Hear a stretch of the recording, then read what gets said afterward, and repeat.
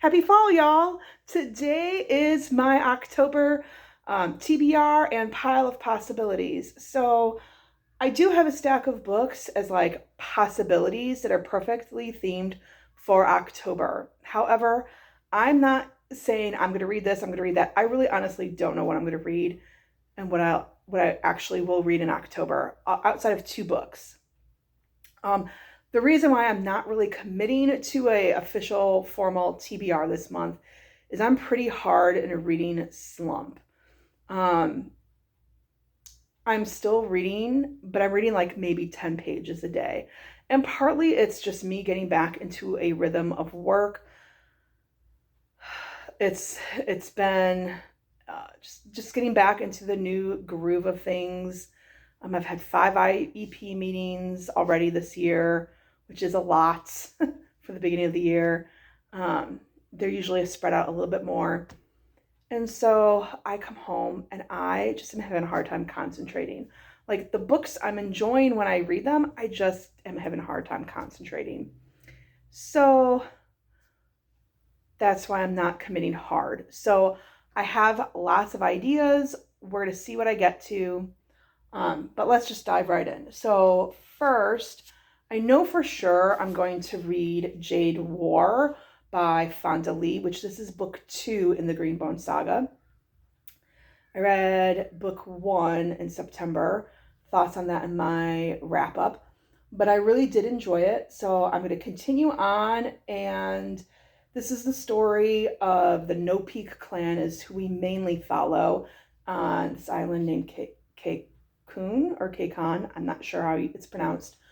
So the No Peak clan, and they are rival clans with the Mountain clan. And the big commodity that they are rivaling for is jade. And jade gives you supernatural, or not supernatural abilities, but like you get extra abilities. So like you're faster, you're stronger. You can sense like what people, you can like perceive what people might do or what their intentions are. And so the world revolves around jade. And I really enjoyed Jade City. I'm moving on to Jade Ward next month. I know Tori over at Tori Talks is doing a read along over on her Patreon. I'm not on her Patreon, but you can also follow along. She's vlogging each book, and you can follow along and participate in her comments on her channel. So for sure, I'm going to read this. And then I'm also going to read Halloween Party by Agatha Christie. And this is a Hercule Poirot mystery. And the movie A Murder in Venice that came out recently, that movie is based off of Halloween Party. I don't know why they renamed it. That irritates me, but whatever. So I figured Halloween Party, Halloween in October, and then also my book club that I'm a part of, we are reading this at my suggestion. So hopefully it's a good book and people enjoy it. But this is about so Joyce is a hostile 13-year-old, and she boasts at a Halloween party that she once witnessed a murder, and no one believes her. So she leaves the house in a huff, and within hours they find her body like drowned in an apple bobbing tub. And so Hercule Poirot is called in to solve the case. So I'm not allowed to watch the movie until I read the book. And I looked inside here and I was like, ooh, look at that. I realized I have a bookmark from my independent bookstore. So what's super cool, my independent bookstore, they'll commission local artists and they'll design, and each month is a new bookmark. And I need to make sure that I go there in November because I have a friend who's doing the bookmark for November. Then I probably most likely will get to The Very Secret Society of Irregular Witches by Sangu Mandana. I tried reading this a while ago. I checked out from the library, returned it, and then I bought this recently, like it was buy one, get one 50% off at Barnes & Noble. So picked this up. I'm not going to go too much into this book because I feel like most people know what this is about, but from what I understand, it's a contemporary romance about Mika Moon. She is a witch, she hides her magic, but she has been hired to be like a governess or like an instructor for these two young, is it two or three? For, I think maybe it's three, for some young witches. And apparently there's a bunch of quirky characters at this house that she goes and takes care of those children. So we'll see about that. I've heard really good things about that book. Another book that I thought, let's give it a shot. I'm giving into TikTok hype is A Good Girl's Guide to Murder by Holly Jackson. I know this is the first in a series. I probably, in all honesty, will not read the entire series. I'll probably just stick to this book. I've heard that you can still kind of read it as a standalone. But this is about Auntie Belle, and she was murdered by her boyfriend, and who then later killed himself. And 5 years later, Pip decides to re-examine this closed case as her final project. And she discovers some things that might prove Sal to be actually innocent. So we'll see. I've heard good things about the first book, not as much about the rest of the series, but I figured let's just check this out because I've seen it in so many different places. Another book that I might read is Spells for Forgetting by Adrienne Young. I think this is the first in a series, or there's a companion book. But that was the October pick of the month for Book of the Month, which I picked. And so I figured I should probably read the first one at least. And this one is about Emery Blackwell, and her best friend was found dead, and the love of her life was accused of murdering her best friend. Now, years later, she is running her family's business. She's on this island, and the island is rooted in like folklore and magic, and strange things are happening. So that kind of means that something is going to happen. She sees like this strange sign that is warning her that something's going to happen. So, and then August, her boyfriend like returns back to town. So it does sound intriguing. I really loved Sky in the Deep by her, but the girl that the sea gave back, I did not like. So I've been really, really nervous about picking this book up. So fingers crossed it'll be a good one.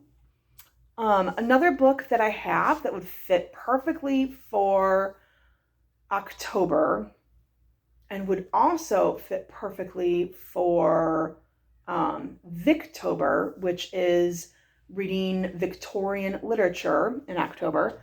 So this would fit perfectly for both, would be The Picture of Dorian Gray. I was an English education major. I have yet to read Picture of Dorian Gray. And it's super famous, and it's about this man, Dorian Gray, and he's got a portrait, and it's, from what I understand, he kind of made a deal with the devil about himself and this portrait. And I'm not going to go into it because if you don't know anything about the book, it's really pretty spoilery. But I do want to read this. I just don't know if I'll get to it in October. Another book I want to read in October, and this I've had since it first came out, and you can see I started reading it because it's tabbed, is Gallant by V.E. Schwab. And this is the story of Olivia Pryor, and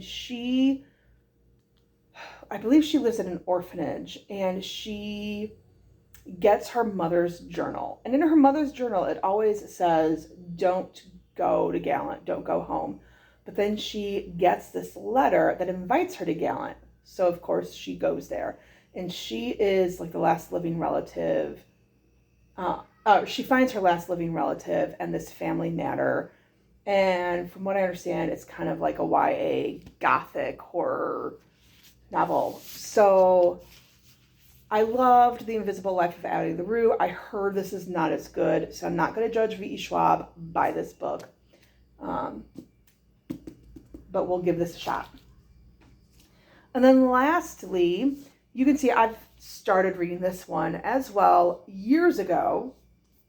A couple of years ago, I started reading it, never finished it, and I've tried this a couple of times, but that would be The Witches by Salem 1692 by Stacy Schiff.